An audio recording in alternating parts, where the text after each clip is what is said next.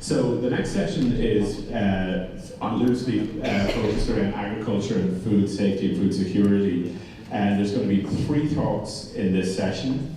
The 3 PI-led groups are from George Bruning, Julie Manouf, and I see Nelson is here as well, Nelson Max, and Bryce Fox, and they're going to introduce their respective students to talk about their RISE themes. So, George, would you like to come up first and do the first?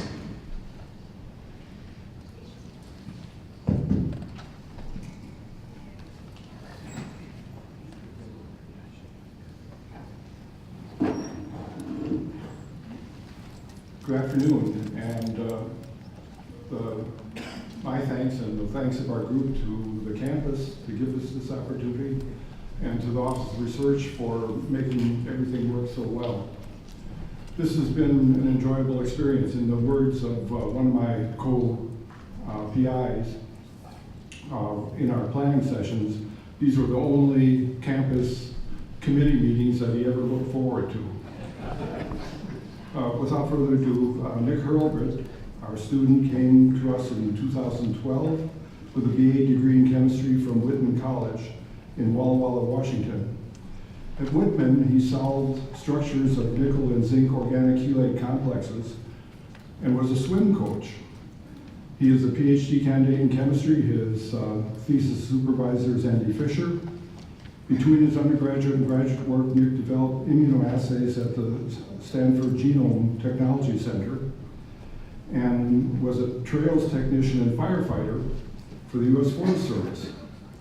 He's interested in determining protein structures and using those structures to reveal function, and Nick's going to relate this interest to plant defense against pathogens. Nick.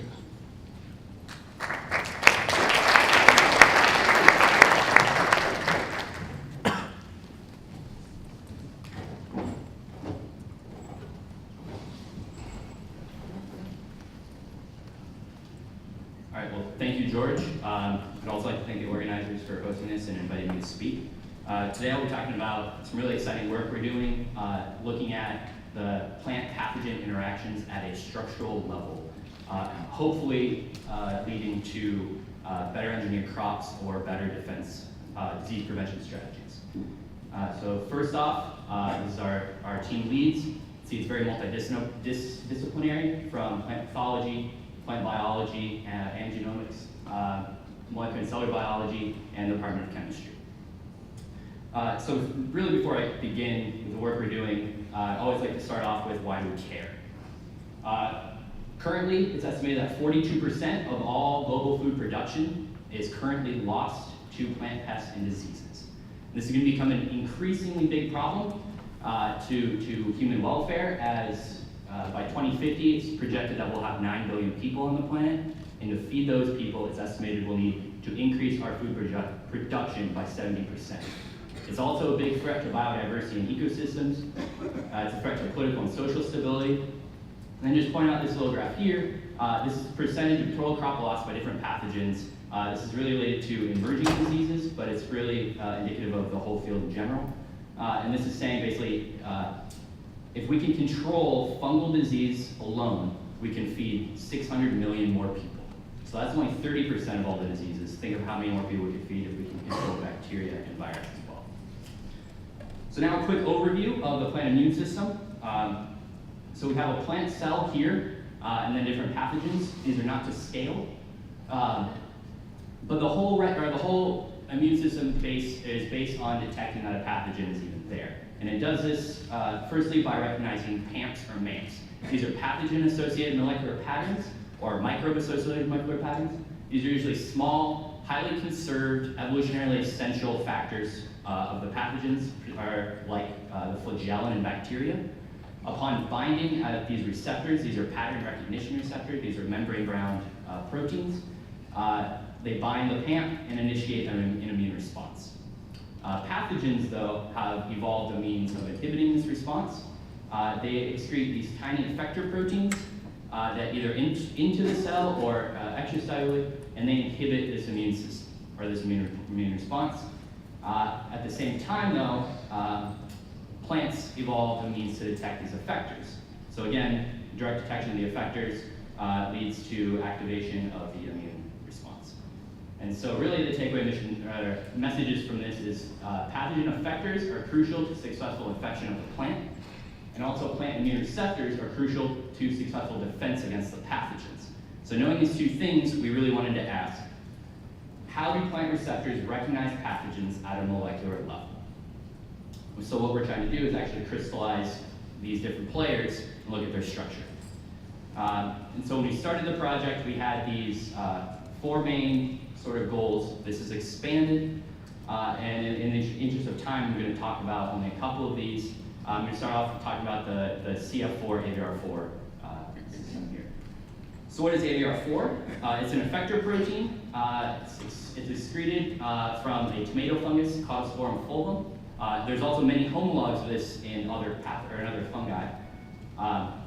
What it does, it actually binds the chitin that's present in the fungal cell wall. So you can see here, chitin is a polysaccharide. It makes up sort of this main structural component of the fungal cell wall, and it localizes to that membrane. And what it does, it actually protects from plant chitinases during infection. So a plant will excrete chitinases to chew apart this fungal cell wall. And it's recognized by the CF4 plant immune receptor in tomato, and this leads to disease resistance. So if you see here, a little cartoon, if we have AVR4 and plant chitinases and treat a plate of funguses, the funguses survive. If we treat them just with the chitinases and no AVR4, the funguses die. So we actually know what that's doing. So we were able to actually overexpress this protein and crystallize it and solve the structure.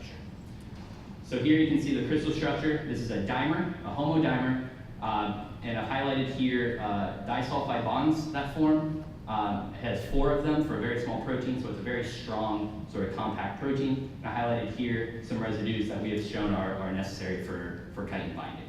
So knowing this structure led to a couple of things. Among them, it elucidated a potential chitin binding mechanism, and then we use structure-directed mutagenesis to confirm what were involved, and this could potentially lead us to engineer AVR4 as a molecular probe. It also identified an important domain for the recognition by CF4. And what this does is now gives us the ability to potentially engineer the CF4 receptor to produce more AVR4 homologs, and this would in turn lead to broad spectrum resistance. So another fungal structure we actually solved is this guy here. We're missing a picture here, but it's a fungal effector called HCE. We don't really know what it's attacking, but somehow it goes into a plant cell and causes plant necrosis. So it's basically killing the plant. And it's broadly conserved in 150 fungal species. And so what we're hoping to do here is use the structure that we found and solved, and then guide a functional analysis to determine its actual plant target, potentially revealing a new disease prevention mechanism. Going on to another system here. Now this is in virus, so leaving the funguses behind. This is NRIP1. It's a functional plant sulfur transferase, and it localizes in the chloroplast. NRIP1 in the diagram is here. P50, which is a viral protein, recruits NRIP1 to the cytoplasm in the nucleus. That's P50, that's this guy here. And NRIP1 mediates the recognition of P50 by an immune receptor. So you can see P50 binds NRIP1, NRIP1 then binds to this, the receptor, specifically at this tier domain. And other than in immunity, this protein has no known role. So that's what we're trying to figure out is how it's actually involved in the immune system. And we have to solve the structure. You can see here there's a parallel beta sheet starting by alpha helices with this loop kind of sticking out.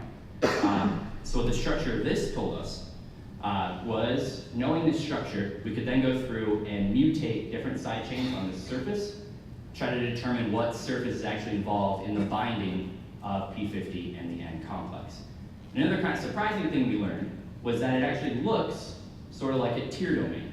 So these tier domains across all, basically, or across a bunch of eukaryotes, tier interactions occur, and these are usually involved in some sort of cell signal. And this protein is not a tier domain, but it kind of looks like one. So this could potentially be a new type of protein-tier interaction. Okay, so when we started out this project, we sort of went with a medium throughput crystallography approach. And so basically we dump in a bunch of different targets or proteins. So these are different protein targets or truncations of the proteins. And we try to clone them up, overexpress them, and then get crystals. Crystallization is a very hard process, and it doesn't always work. So what we do is we maximize our number of proteins here in order to try to get as many crystal structures as we can get. What you can see here is we're able to get quite a bit of protein for 17 different targets, but we only have 3 crystals. So we're currently working on trying to crystallize these other 14 here, but at the same time, we know that it might not work, and so we're looking at other approaches to try to determine this. And so here, we can use NMR spectroscopy to learn information about what's structurally happening to these proteins. We can use circular dichroism to monitor changes in structure. Cryo-electron microscopy can give us ultra-structural details. So you can see here, there's like 2 little balls or like rods that might stick up. And also gel filtration chromatography to determine the dimeric state that might be happening in this.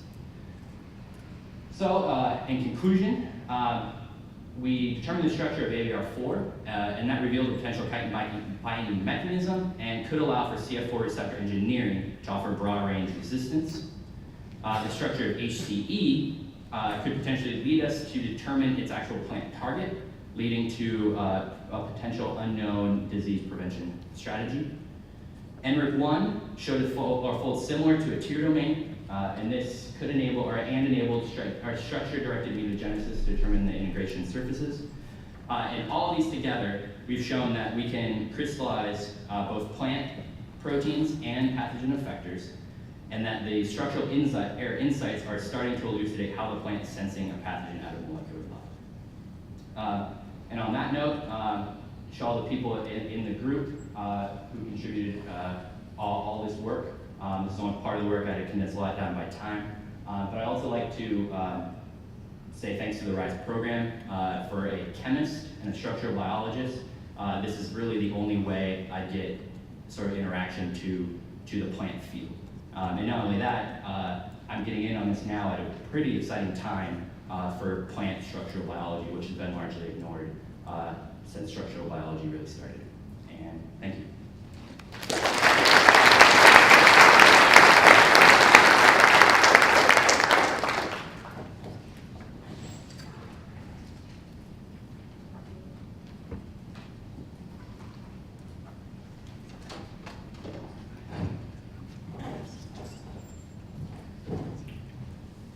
So, it's a stressful world out there. And, I mean, for example, it was the first day of classes, and I haven't really fully prepared for my class, so it was a little stressful. But if you think about a plant, it's really stressful for plants. They don't know, maybe it's not raining enough, maybe there's not enough nitrogen in the soil, and so that can be very stressful. Our project, as you already know, is focused on trying to develop new tools to monitor, understand, and overcome plant stress. And I'm really pleased that Leonela Carreto is going to present our research today. She's a graduate student that's been working with our RISE team since we got going. She's in plant biology, and I really think of her as the glue that holds our team together. She's interacting with every member of all the teams, and so she's the perfect person to give this presentation.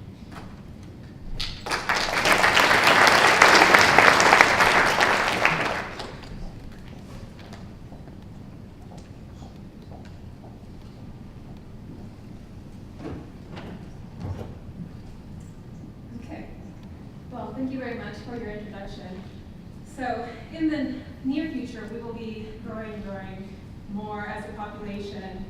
And so we'll have to do that with fewer and fewer resources. So being able to monitor the way that plants grow, and particularly when they are under stress, is going to be pretty critical.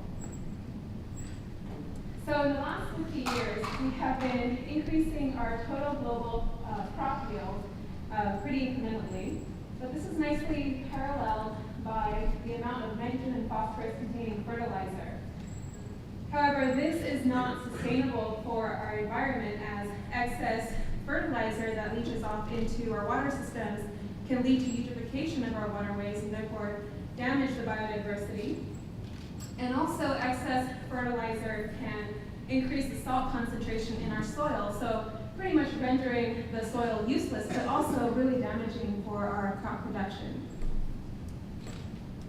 So if we were to think about the areas of the world that have experienced drought, you can see that in the areas highlighted in warmer colors, that is only expected to get worse in the decades to come. And so not only is it going to become more widely spread, but we're going to have to really overcome this as a future issue in our crop production, as drought can really impair crop production itself. So this brings me to two of the main aims that Brad Townsley and I have been working on in the Department of Plant Biology, and that is to survey the physiological responses among wild tomato species and to produce the biosensing plants necessary to relay the early stress response. So what I had to do was to find an early time point, because we want to know when the plants are stressed early on in the signaling cascades. And so I subjected them to a number of stresses as listed. And so the main goal on our end was to characterize not just the physiological responses, but also the gene expression. So this brings me to my first aim that I've been working on. And one of the hypotheses that we have is that plants adapted to different ranges will have evolved some pretty ingenious mechanisms to tolerating different kinds of stresses, like say drought, as this wild relative, this one. So this particular wild relative tomato is desert adapted, and it has been used in the past to find some pretty awesome genes that control for pathogenic responses and also for different kinds of stress responses as well. And so the idea is that if we use these species, we can use them in breeding programs to improve crop performance. So one of the early challenges that I faced was finding the right physiological parameter, because I wanted all of this to be physiologically sound. And if you withdraw nitrogen and phosphorus from, say, photosynthesis, this can really decrease the rate that the plants can assimilate carbon. So what I did initially was to find an early time point for the domesticated tomato, Solanum lycopersicum, where it started to respond, and then I asked, well, what are the other species doing at the same time point? And while I've surveyed other species, I'm going to just show you the most contrasting results.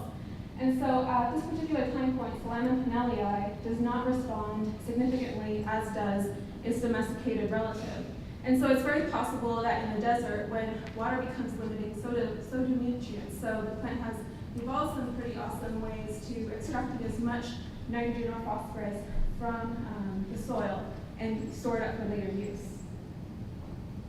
So once we were pretty confident with our physiology data, we then collected a leaflet to study the gene expression.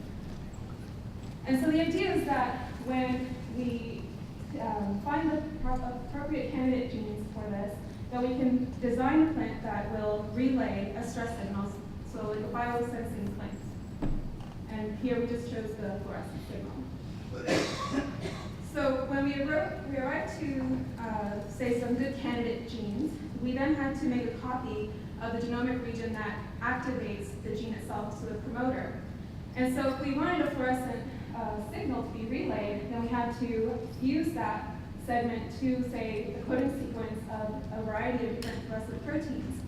And so early on, Brad Townsley decided that we would have to move to a dual biosensing type of system where we have steady state expression of one fluorescent protein under all environmental conditions. And then upon onset of a particular stress, you get this increase of the second fluorescent signal that will exceed the base levels. And so this can then be used to calculate for a ratiometric response, which is pretty important to know when the plants are truly stressed. Early on, we used tobacco infiltrated with a different number of fluorescent proteins. And so Brad and Pei Liang from David Slaughter's group have been working on developing a computer vision system to be able to monitor the expression of these fluorescent proteins.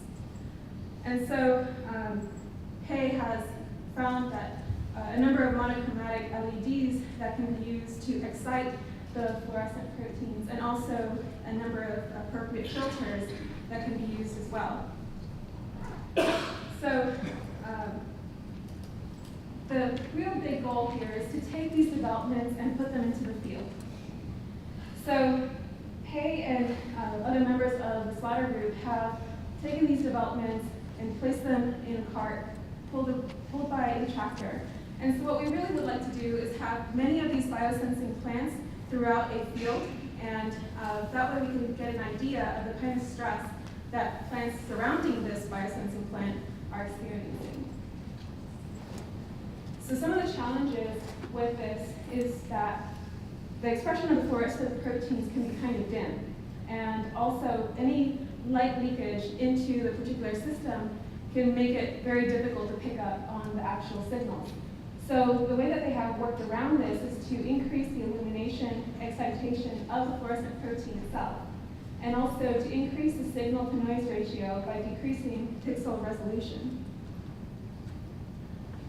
So another aim from the Slaughter group is to develop a high throughput field phenotyping platform, and that's mostly just to monitor how the plants grow.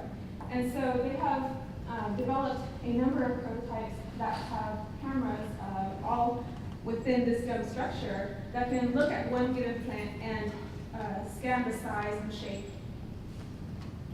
So in their lab, though, they have been working with this much larger scale prototype. And so, as you can see, there are many cameras surrounding the arc of, like the still arc, and they're all looking at their particular subject that's turning on a turntable. So they're able to get several images from different perspectives, and TWE Nubian has developed some pretty awesome software to integrate all these images into a 3D reconstructed plant. And so not only is this fast, it is very accurate with measurement errors within 1 centimeter, and also the reconstruction of the plant can occur within seconds. The challenges here, though, is that in the field, the tomato plants are pretty large and complex, with many of their branches overlapping one another. And so, also, being that they're going to be growing in the field, we have to expect a lot of wind movement. So this makes it difficult or complicated to scan in terms of timing, and also computationally intensive to analyze. So not only did they try to meet this challenge by increasing the number of cameras and the pictures taken at a particular interval, but they have also designed some high-resolution software to compensate for the movement. So lastly, I will introduce some of the work that Marina Doherty has been working on in Nelson Max's group. And mainly, she's interested in knowing how does abiotic stress impact growth. So we know that abiotic stress, whichever stresses I mentioned, impacts, say, biomass production. Well, let's think about where that biomass is initiated, and that's at the meristem. So it's a very small region that, without the guidance of a microscope, you will not be able to see. And so, as a new leaflet is initiated, it becomes more and more complex as time progresses, eventually emerging as what you recognize as a leaf. Marina has taken a micro-CT scanning approach to look at this very small structure. And so, to her surprise, the plants tend to move quite a bit. And so, when you think about what all this movement looks like in a still image, well, you know that can cause blurring. So she has designed some pretty awesome motion compensation algorithms to correct for that. And so here I'm showing you a couple images before and after her motion compensation. So with that, I would like to bring you to the practical implications of our work. We really would hope that our biosensing plants may help crop growers know when to deliver resources in a timely way, and that the identification of the stress-tolerant wild species may be used for the development of elite cultivars, and that the work by David Slaughter's group will be used to actually phenotype plants in the field using their high-throughput systems. And lastly, that Marina's work may be used in the medical field. With that, I would like to thank all of you for your attention, the UC Davis Prize Program for the opportunity to do this kind of work, and to my colleagues who have taught me a tremendous amount as to how to communicate effectively among a pretty diverse group of people and backgrounds for achieving common goals. And lastly, there have been many, many other people who have played a pretty big role in pushing these projects forward. And without them, it would be as possible. With that, thank you all.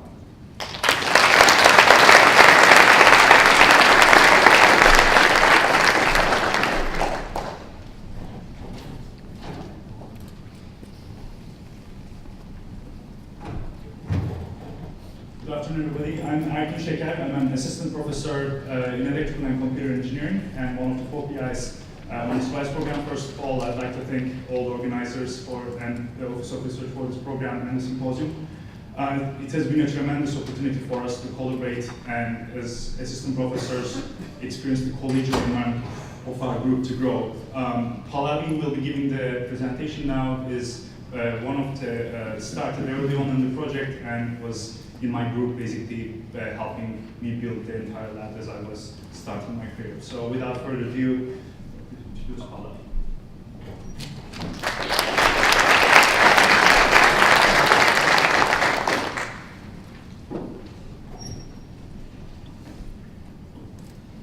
Hello everyone, I'm here to talk about our RISE project, RNA-based amplification-free pathogen identification using nano-enabled electronic detection or rapid NEAT.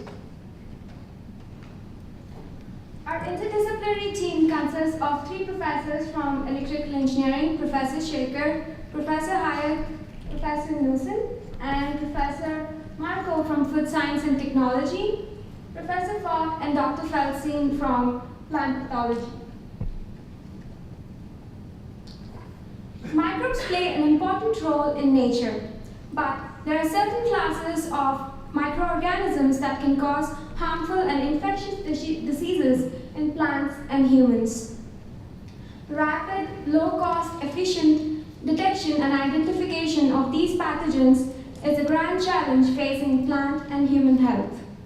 Current technologies require large amounts of target and multiple steps to identify distinct pathogens. These limitations make them unsuitable for resource-poor environments. In order to address this, we set out to develop an advanced biosensing platform utilizing the latest breakthroughs in nanoscience and technology.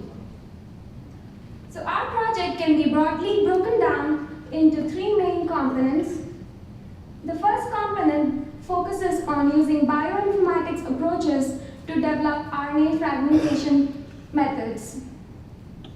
After fragmentation, these RNAs are transported to a platform that rapidly screens for pathogen groups using redox-mediated electrochemical hybridization events on nanostructured surfaces. Finally, in the last stage, we chose to use a highly sensitive and selective technique based on single molecule conductance to identify distinct strains within a particular pathogen group. So first I'm going to talk about the first stage, which focuses on nucleic acid fragmentation. Controlled degradation of RNAs into fragments that are small enough is required to be used with our electronic detection system. By small enough, I mean nucleotides containing up to 30 or RNAs containing up to 30 nucleotides. There are multiple paths for RNA degradation. The first one is a random method which is based on metal-ion catalyzed hydrolysis, and a second one that is more specific and it is ribonuclease mediated.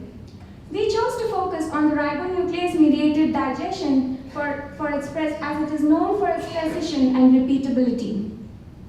In our project, we chose two pathogens. First, a plant pathogen tobacco mosaic virus and the plant-associated human pathogen E. coli as model systems, and we were able to develop fragmentation methods and we obtained nucleotides having up to 13, RNAs having up to 13 nucleotides, and these were used with the two of our detection systems. So the next stage focuses on developing a high-throughput, nanostructured electrochemical sensing platform. Nanostructuring,